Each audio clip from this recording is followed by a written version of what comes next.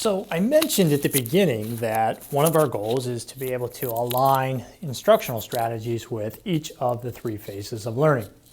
So when we look at surface learning, here are some of the instructional strategies that worked best when we're talking about concept attainment, acquisition, consolidation of concepts at the surface level. So we start with vocabulary instruction. So sticking with our empire building concepts here, you might use a Freyer model, as I did, to explain the concept of concept, to define and give examples and non-examples of empires. Leveraging prior knowledge, so students could examine images that they may have seen before of rulers who ruled over empires. They may look at maps to show the spread of empires. Teacher modeling is very important here in the surface level, and especially the acquisition of surface level concept attainment. So teacher demonstrating how she recognizes the characteristics of empires in a given text. And then students are exposed to wide reading so that they can recognize empire building and its characteristics in a wide variety of texts. Note-taking and summarizing. Students can use Cornell notes, for example, to record and identify some of the cues, take some notes, and summarize those key ideas in Cornell notes format. As we consolidate our understanding at the initial surface level, students can begin annotating text, and there's an example here of the I-read strategy. Rehearsal and space practice. That is, that students sort and elaborate on the characteristics of empires, and they rehearse that understanding over time rather than the idea of cramming it all in and then moving on to something new. We mentioned Jigsaw as a high-impact strategy. It's really good for consolidation level surface learning. So students form expert groups on characteristics of empires, and then they might move to new groups to explain that to their peers. So from surface level learning now, we move into deep learning. In deep learning, we begin to uncover the relationships between two or more concepts and to monitor how those relationships strengthen and change as we encounter new situations and information. So what we're doing here in deep level learning is helping students to see patterns and connections, and that students are able to use metacognition here, that they're monitoring their own understanding along the way. Let's move to a different concept and move away from empire building, and let's talk about the concepts of freedom and oppression in 19th century America. This is from a teacher in Massachusetts, I believe, Krista Ferraro. She uses the essential question, how do we account for the development of both freedom and oppression in 19th century America? So there's a certain surface level understanding of concepts that need to go into understanding freedom and oppression, right?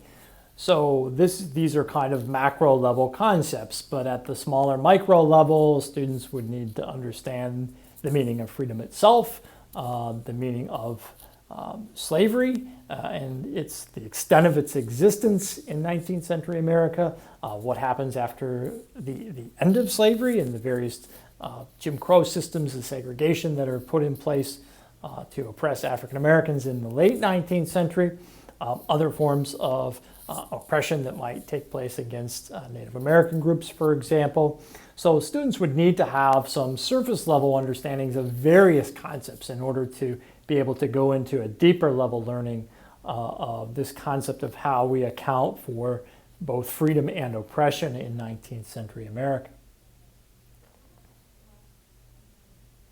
So then let's look at instructional strategies that fit with deeper learning, just as we did with surface level learning. So if we're thinking about freedom and oppression in 19th century America, here some graphic organizers would be helpful.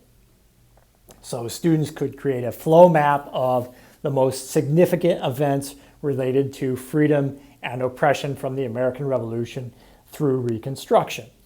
So by flow map, this could also be similar to a timeline, but our emphasis is on the specific events as they relate to these two concepts of freedom and oppression, not simply listing events on a timeline.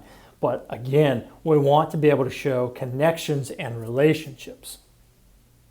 Class discussion, we looked at that at the very beginning here as having a high effect size, and it's very good for deep level understanding. So we would want students then, after they've created these initial flow maps, to discuss similarities and differences in their flow maps and edit them to see small groups of students to see where they may have missed something or interpreted something differently than another student did in terms of freedom and oppression. Close reading is very important at this phase, so we're trying to gain deeper understanding. We said in surface level learning we want wide reading for concept attainment, but here we need students to read more in depth and with different purposes in mind. And so students aren't just reading one time, but they're reading and rereading excerpts from articles that illustrate the concepts. Metacognitive strategies, again, to get students thinking about their own thinking, to monitor their thinking through question prompts, and to explain how their own thinking is evolving as they come to consolidate their knowledge and make these connections across time and place. And then reciprocal teaching. This is where students read a new text in small groups while pausing every few paragraphs to summarize, question, clarify, and predict what the text is saying. Now we'll come back and we'll look at, and I'll post a link that you can view the reciprocal teaching in action as a teaching strategy. Some quotes here again from Hattie and Stern's book, Visible Learning for Social Studies, that I want to point out with relationship to close reading. They note, in discussing common classroom efforts to teach students disciplinary literacy, they quote Sam Weinberg laments, we throw young writers to the wolves, expecting them to absorb complex skills by osmosis. This applies to both primary and secondary source analysis. This is really a continuation of the quote where they say a student isn't going to be able to evaluate two pieces of contradictory text if she doesn't have a solid understanding in what each of the texts means at the literal, structural, and inferential levels. In other words, a student's ability to engage in analytical thinking can be inhibited if she hasn't had the opportunity to acquire and consolidate the surface level knowledge and skills she will need. So they're emphasizing here the importance of scaffolding within close reading and disciplinary literacy so that we're building these skills so that students can analyze text at the highest levels of thinking.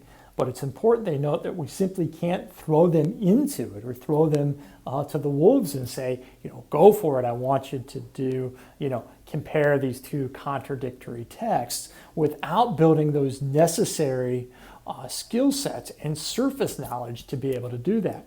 And it's not one or the other. It's important to understand that when we talk about content knowledge and skills, they work together, and both of them are instrumental in being able to understand texts individually at the literal, structural, and inferential levels, and then being able to make these cross-textual comparisons. So then, let's go into breakout number 2. And what I want you to think about now is, what strategies do you use to move students from surface to deep learning? And you saw some example strategies, but you don't have to use those example strategies from here. But how do you move students from surface learning to deep learning? And then in particular, what close reading and disciplinary literacy strategies do you use? What are the challenges associated with using those strategies? And then how do you mitigate those challenges, especially through scaffolding the necessary skills? So we'll go ahead and go into breakout and discuss these questions.